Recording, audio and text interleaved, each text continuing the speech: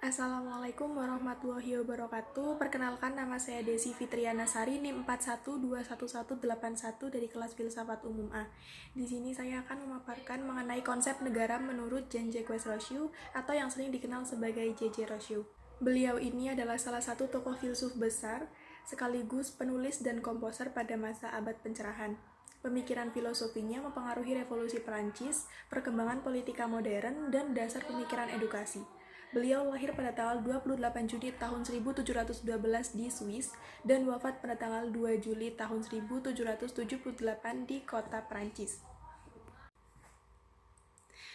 Rousseau adalah salah satu filsuf yang paling berjasa menulut semangat revolusi.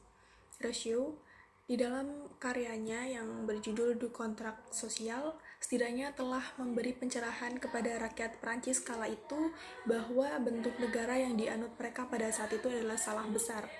Negara yang hanya menitik beratkan kepada kepentingan individu, menurut Rousseau, tidak bisa dibilang sebagai sebuah negara. Dalam beberapa diskursusnya, Rousseau juga berusaha mencari sebuah bentuk negara yang manusiawi, yang adil, dan juga tanpa adanya ketimpangan sosial di masyarakat tersebut. Negara menurut Rousseau adalah sebuah bentuk pasif dari persatuan beberapa individu yang memiliki sebuah kesamaan tujuan. Kemudian mereka melakukan kontrak dan membentuk pribadi publik yang bergerak dalam rangka politik. Dalam keadaan aktif, persatuan semacam ini disebut sebagai pemerintahan, dan jika dibandingkan dengan kekuasaan lain, ini disebut sebagai kekuasaan. Istilah-istilah vital ini terkadang dicampur adukan sehingga mengkaburkan pengertian yang sesungguhnya. Nah, berangkat dari pengertian negara yang sebelumnya, hakikat dari organisasi ini terletak pada individu dengan latar kehendak yang sama.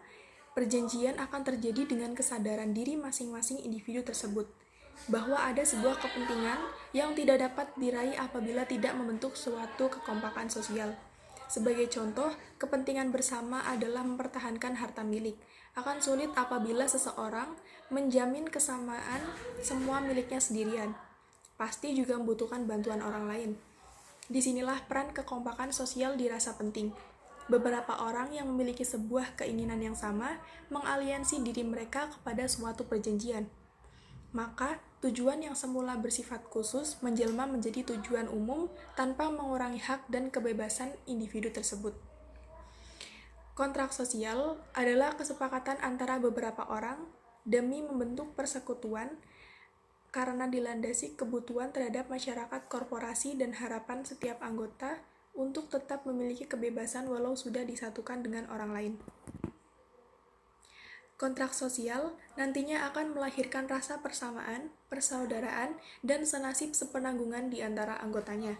Akibat moral yang ditimbulkan sangat bermanfaat bagi negara, khususnya karena merupakan cikal bakal jiwa nasionalisme dan semangat patriotik untuk mempertahankan kedaulatan dan kebebasan diri sebagai bentuk dari kehendak umum.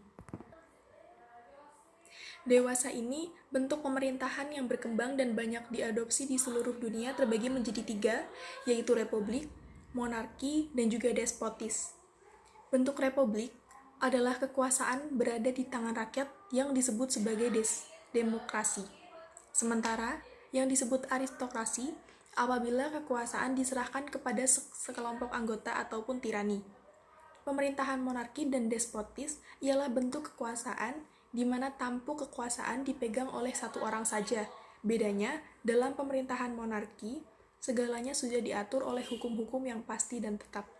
Tidak seperti despotis, yang segala tindakan negara hanya mengikuti kehendak dari sang penguasa dan dapat berubah sewaktu-waktu sesuai perasaan pemimpin. Rousseau juga memberikan kritik kepada sistem demokrasi. Sebuah negara baginya tidak bisa berjalan jika dipimpin oleh mayoritas. Bayangkan saja, jika rakyat diwajibkan setiap saat untuk mengabdi kepada kepentingan umum. Belum lagi, sulitnya mengumpulkan rakyat pada satu tempat yang sama untuk mengambil sebuah keputusan apabila negara itu merupakan negara besar. Rakyat juga sebenarnya seakan dibodohi oleh kebebasan semu. Rakyat hanya berkuasa dan berdaulat saat voting saja. Kemudian setelah itu, mereka hanya bisa pasrah pada pihak yang dianggap representasi mereka.